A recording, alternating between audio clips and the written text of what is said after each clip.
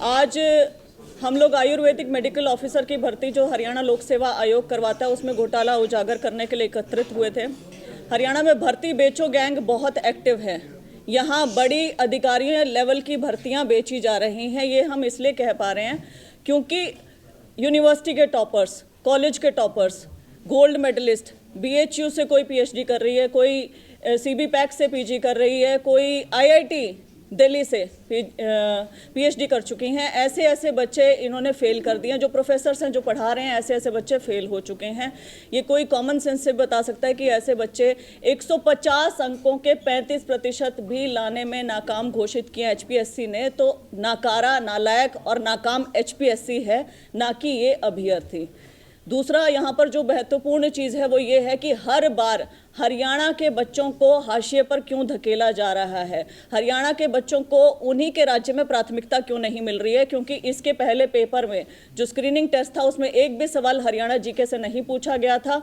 व साथ ही यहाँ जो मेडिकल काउंसिल से रजिस्ट्रेशन अनिवार्य पहले किया गया था उसे भर्ती प्रक्रिया के बीच में ही वापस ले लिया गया, जबकि अन्य राज्य, जितने भी राज्य हैं संपूर्ण भारत देश में, उनके मेडिकल रजिस्ट्रेशन काउंसिल से रजिस्ट्रेशन अनिवार्य है। तो ऐसा क्यों? और साथ ही बहुत महत्वपूर्ण सवाल ये भी खड़ा होता है कि इसमें रिजर्वेशन के नियमों का उल्लंघन किया गया।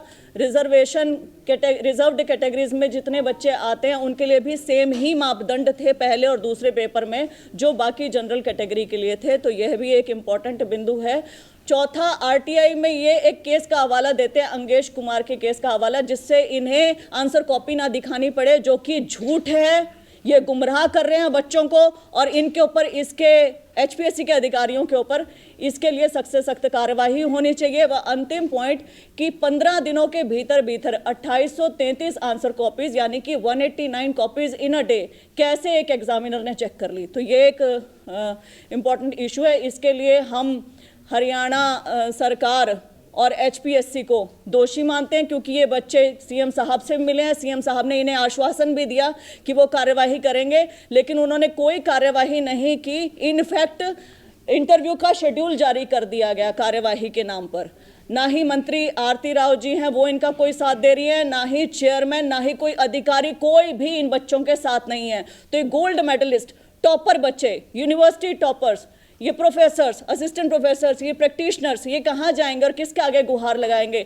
इस पूरी प्रशासनिक, राजनीतिक, सामाजिक व्यवस्था में ये अपनी आंसर कॉपी कैसे देख सकते हैं? इसका कोई जवाब दे दे।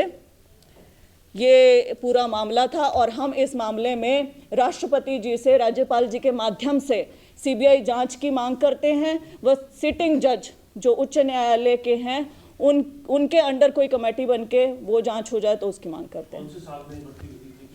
ये भर्ती जो तमाम स्टूडेंट हैं, ये इस तरीके से क्या इसी फील्ड के अंदर जो है डॉक्टर्स? जी, ये सभी डॉक्टर्स की भर्ती AMO भर्ती संख्या 16/2024 पिछले साल ही निकली थी। ये 12 साल बाद भर्ती निकली है और 805 पदों पर ये भर्ती थी। हमसे जुड़े रहने के लिए हमारे YouTube चैनल को सब्सक्राइब करें और नई वीडियो की नोटिफिकेशन के लिए बेल आइकॉन को दबाएं। अगर आप ये वीडियो Facebook पर देख रहे हैं तो लाइक जरूर करें और ज्यादा से ज्यादा शेयर करें। धन्यवाद।